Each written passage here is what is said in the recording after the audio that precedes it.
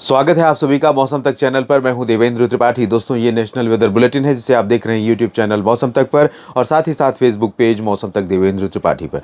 दोस्तों, इस वीडियो में मैं बता दूं आपको कि अगले 24 घंटों के दौरान देश के कई राज्यों के लिए रेड अलर्ट और कई राज्यों के लिए ऑरेंज अलर्ट जारी है, क्योंकि यहाँ पर बंगाल की खाड़ी पर बना डीप डिप्रेशन अब भारत के ज़मीनी भागों पर पहुंच गया है, ज़मीनी हिस्सों पर पहुंच गया है। इसका जो प्रवेश हुआ है वो पुरी और आसपास के भागों से, उड़ीसा का जो मध्य और आसपास का रीजन है, यहाँ से होकर के इसने अंदर प्रवेश किया है और अगले 24 से 36 घंटों के दौरान ये उड़ीसा के उत्तरी क्षेत्रों के आगे बढ़ेगा और इस दौरान इसका जो प्रभाव रहेगा वो उड़ीसा के साथ साथ तटीय आंध्र प्रदेश और तेलंगाना तथा महाराष्ट्र के विदर्भ और इसके अलावा मध्य भारत में मध्य प्रदेश, पूर्वी गुजरात और आसपास के रीजन से लेकर के उत्तर प्रदेश समेत तमाम जगहों तक रहेगा।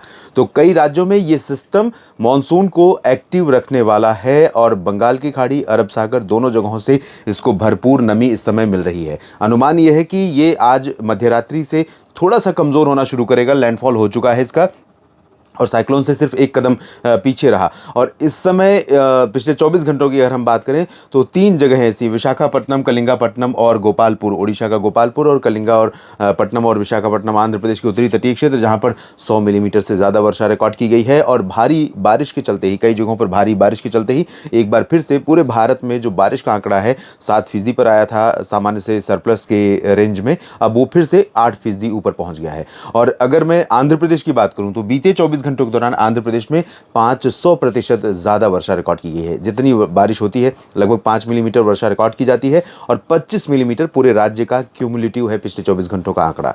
तो इन परिस्थितियों के बीच में देश के किन राज्यों में क्या बिहार का भाग्य उदय होगा इस सिस्टम के चलते? क्या मानसून की बारिश यहाँ पर बढ़ने वाली है? लेकिन वैसे अभी बहुत ज़्यादा फायदा नहीं होने वाला है, लेकिन देखते हैं कि देश में किन जगहों पर बरसात होगी, चाहे वो दक्षिण के क्षेत्र हों या मध्य और उत्तर पूर्व के या उत्तर पश्चिम भारत के। इन तमाम जगहों पर किस तरह का मौसम रहेगा अगले 24 घंटों में, आइए जानते हैं। तो देश में कई हिस्से ऐसे होंगे जहां पर बरसात का क्रम लगातार बना रहेगा और मानसून सक्रिय बना रहेगा।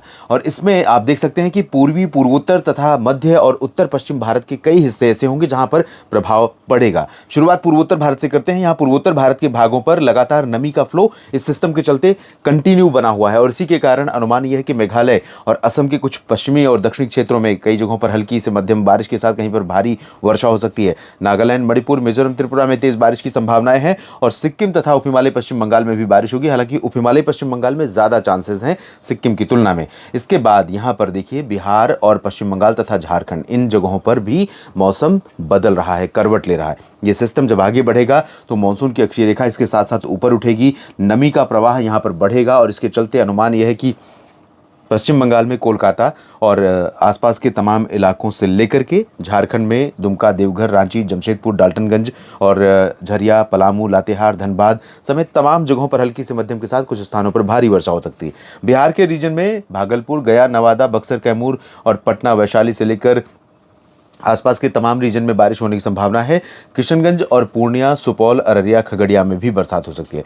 दरभंगा और मधुबनी, चंपारण और आसपास के रीजन में इंटेंसिटी कम रहने के आसार हैं, लेकिन बादल यहां पर भी रहेंगे, हवाएं तेज चलेंगी। इन तीनों राज्यों में काफ़ी तेज हवाएं चलेंगी और बरसात की संभावना भी रहेगी। इसके बाद मध्य भारत की बात करते हैं, जहां पर सबसे ज़्यादा प्रभाव दिखाई पड़ेगा और दिखाई दे रहा है। आज रात उड़ीसा और छत्तीसगढ़ के तमाम इलाकों पर बहुत भारी बारिश हो सकती है कई जगहों पर, और भारी बारिश ही नहीं बल्कि लाइटनिंग, थंडरस्टॉर्म और तेज़ हवाओं के साथ, यानी बिजली कड़कने, बिजली गिरने की घटनाओं के साथ, तेज़ हवाओं के साथ बारिश यहाँ पर हो सकती है। और कई इलाके ऐसे होंगे जहाँ पर मध्यम से भारी वर्षा होगी, ज़्यादातर जगहों पर हल्की से मध्यम के साथ, कुछ जगहों पर भारी बारिश की उम्मीदें हैं। और कल यानी 10 सितंबर को अनुमान यह है कि रायपुर और इसके उत्तरी क्षेत्रों में, छत्तीसगढ़ में, रायपुर से लेकर उत्तर के रीजन में और उत्तरी ओडिशा के भागों में ज़्यादा तेज वर्षा होगी दक्षिणी भागों की तुलना में, इन दोनों राज्यों में। और मध्य भारत में मध्य प्रदेश और बाकी जगहों की बात करें तो विदर्भ के रीजन में इंटेंसिटी पहले की तुलना में कम हो जाएगी, लेकिन आज रात में यहां पर भी काफी तेज बारिश होने की संभावना है। और जब ये सिस्टम ऊपर की तरफ आगे बढ़ेगा, छत्तीसगढ़ को धीरे धीरे पार करना शुरू करेगा, तो यहां पर चंद्रपुर और नागपुर, गढ़चिरौली, अकोला, वर्धा, यवतमाल, अमरावती, इन सभी भागों में कल दोपहर के बाद से इंटेंसिटी बहुत रिड्यूस होने लगेगी। लेकिन आज रात में, कल सुबह के समय यहां पर भी कई इलाकों में मध्यम से तेज वर्षा हो सकती है। नांदेड़ से लेकर संभाजीनगर के बीच में, उत्तरी मराठवाड़ा के रीजन में भी कई स्थानों पर वर्षा की संभावनाएं हैं और मध्य महाराष्ट्र में भी नासिक और नंदुरबार, धुले, जलगांव के बीच में बारिश होने की संभावना है। इसके अलावा मध्य प्रदेश में सभी जगहों पर बरसात के संकेत हैं और मध्य प्रदेश में सीहोर, जालौर, बीजापुर, चाहे बैतूल या फिर इधर जबलपुर, मांडला, बालाघाट, नर्मदापुरम, छिंदवाड़ा और नरसिंहपुर से लेकर के खजुराहो, सागर, सतना, पन्ना, रीवा, सीधी, सिंगरौली समेत तमाम जगहों पर बारिश होगी। रीवा में जो कमी है उसकी भरपाई ये सिस्टम कर सकता है। अगले 24 घंटों में, आज अभी रात से मैं बोलूँ तो अभी रात से लेकर के अगली रात तक, यानी कल रात तक जब ये सिस्टम आगे बढ़ रहा होगा मध्य प्रदेश के पूर्वी रीजन से, तो उस दौरान यहाँ पर रीवा को इतनी ज़्यादा बारिश दे सकता है कि जो 20-25% की कमी यहाँ पर थी, लाल रंग में दिखाई पड़ता था या पीले रंग में दिखाई पड़ता था रीवा, वो यहाँ पर रंग बदल सकता है, हरा या नीला हो सकता है। नीला सामान्य से ऊपर तो ना पहुँचे, लेकिन सामान्य की बारिश यहाँ पर पहुँच सकती है। इसी तरह से गुना, ग्वालियर समेत उज्जैन, इंदौर, देवास, भोपाल, विदिशा और आसपास के इलाकों में तमाम जगहों पर वेस्टर्न एमपी में भी बारिश की संभावनाएं दिखाई पड़ रही हैं। यहाँ महाराष्ट्र के कोंकण, गोवा में लाइट रेन होगी, कहीं कहीं पर बहुत ज़्यादा चांसेस उसके भी नहीं है, और सतारा से लेकर नासिक के बीच में भी चांसेस बारिश के बहुत कम है। गुजरात के पूर्वी रीजन में कई स्थानों पर वर्षा होने की संभावना है, जिसमें मध्य क्षेत्र ज़्यादा प्रभावित होगा। मध्य क्षेत्र यानी अहमदाबाद, अरवली, महिसागर, मोडासा और आसपास के हिस्सों से लेकर छोटा उदयपुर और वडोदरा, अहमदाबाद, गांधीनगर समेत आणंद, खेड़ा, नाडियाड और आसपास के हिस्सों में भी बारिश मध्यम से तेज हो सकती है। मेहसाना, पाटन, साबरकांठा, बनासकांठा में भी चांसेस रहेंगे। सोमनाथ और आसपास के इलाकों में भी चांसेस रहेंगे। राजकोट से लेकर द्वारका और कच्छ के बीच में चांसेस बहुत कम है। सूरत, वलसाड़, नवसारी में बारिश थोड़ी बहुत हो सकती है, लेकिन इंटेंसिटी मध्य क्षेत्रों में, गुजरात के इस पूर्वी रीजन में सबसे ज़्यादा रहेगी। इसके बाद उत्तर भारत की तरफ चलते हैं, फिर दक्षिण की बात करेंगे।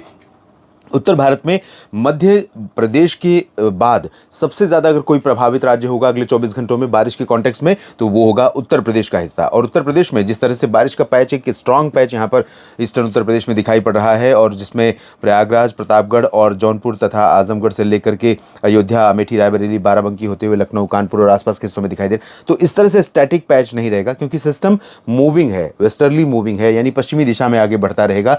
तो इसका जो प्रभाव रहेगा यहाँ पर आज रात से ही शुरू हो सकता है। पूर्वी रीजन में तमाम इलाकों में वाराणसी, चंदौली, मऊ, गाजीपुर और सोनभद्र, मिर्जापुर, भदोही तथा प्रयागराज, प्रतापगढ़, जौनपुर से लेकर गोरखपुर, देवरिया, इन भागों में बारिश आज रात से शुरू हो सकती है, या हो सकता है थोड़ी बहुत बरसात आज हुई हो यहाँ पर।